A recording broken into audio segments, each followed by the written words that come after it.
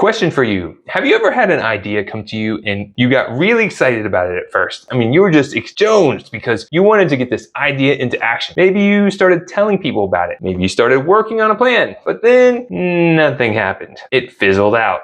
It happens all the time. Can you imagine an architect trying to build a building without a blueprint? Or a championship team going out into the championship game without a plan? It'd be pretty bonehead move, wouldn't it?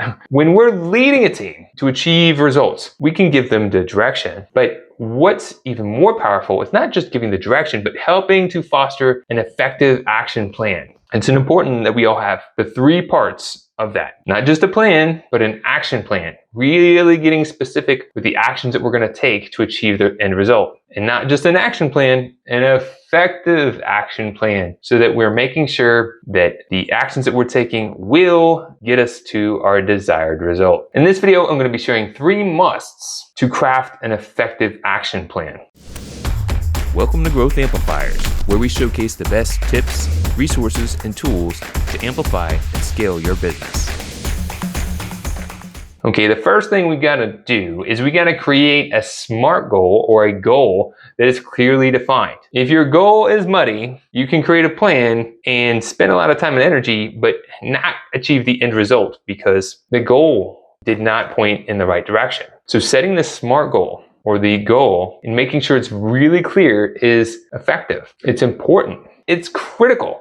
Clarity is key when it comes to goal setting, and you can't create a good plan if you haven't gotten really clear with your goal. Now, I've said the acronym SMART goal. Maybe you've heard it before. It's a goal following the SMART acronym: specific, measurable, achievable, results focused, and in a time frame. Now, there are other frameworks you can follow for setting goals. One that Google uses, OKRs, Objective Key Results, is another powerful framework for setting goals. Doesn't really matter the framework, you just want to make sure that it's clear, it's written out, everyone understands what it is, and you have a time frame defined. Once you have that set, you can start making sure that you're creating a plan to achieve the goal. Got to have the clear goal defined first. Question for you: when you're setting goals or helping others set goals, what process do you follow? Love to hear that in the comments. It would help others as well. And now, number 2, we're talking about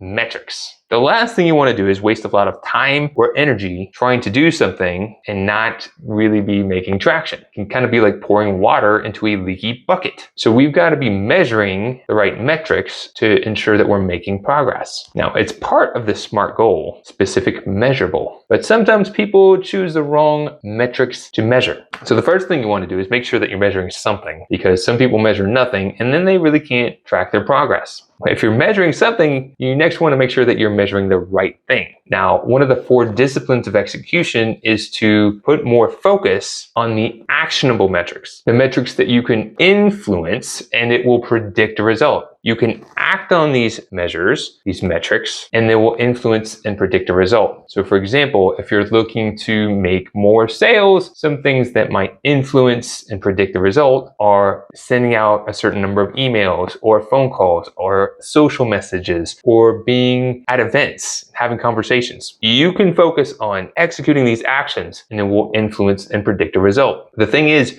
you can only control the controllables. So you want to make sure that you're measuring the things that you can control. That way you can raise the bar and achieve better results. So how do you determine what to measure when you're setting goals? What's the technique that you use? Love to hear that in the comments. Please share what you have learned that may help others. And last, number 3, the third thing that we need to remember is when setting effective action plans is to be focused with the action plan, but be flexible. So I'll give you an example. It was at the beginning of the pandemic and my business had a goal. A lot of businesses had goals, I'm sure. And here this happens. One minute we're on spring break, the next I'm at home doing homeschooling with my kids. Things are going all over the place. My clients are freaking out. Their businesses are having challenges. Everyone's confused. No one knows where to go. But we knew we needed to still make forward ground. So we said, how can we adjust our plan to keep moving our business forward,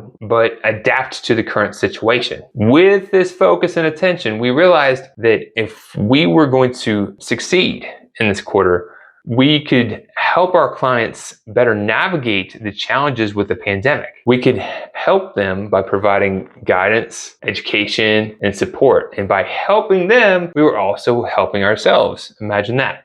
So we changed our strategy a bit, but we still kept for the original goal. We ended up having a great quarter and really made an effective year in the pandemic year because we continued to be focused but flexible. If you're not focused enough, you can be all over the place and not making any progress. If you don't flex with things, you can not make progress either. So you want to be focused and flexible with your action plans. So do you have a story that you created SMART goals and executed them effectively? I'd love to hear your story. Always looking to highlight people on our podcast. All right, here's the Amplifier Action. So determine if there are things that you could do that would help you improve clarity, improve the metrics that you measure, or be more focused and flexible when it comes to executing action plans. And then share one idea that you've gained from this video that you'll be putting into action so that you can strengthen your disciplines of execution.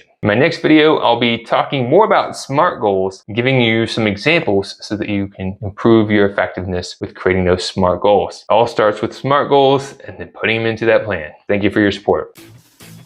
To show your support, take a moment to amplify this message by sharing it online. To connect with me or gain more business growth insights, visit www.growthamplifiers.com. Thank you for your support.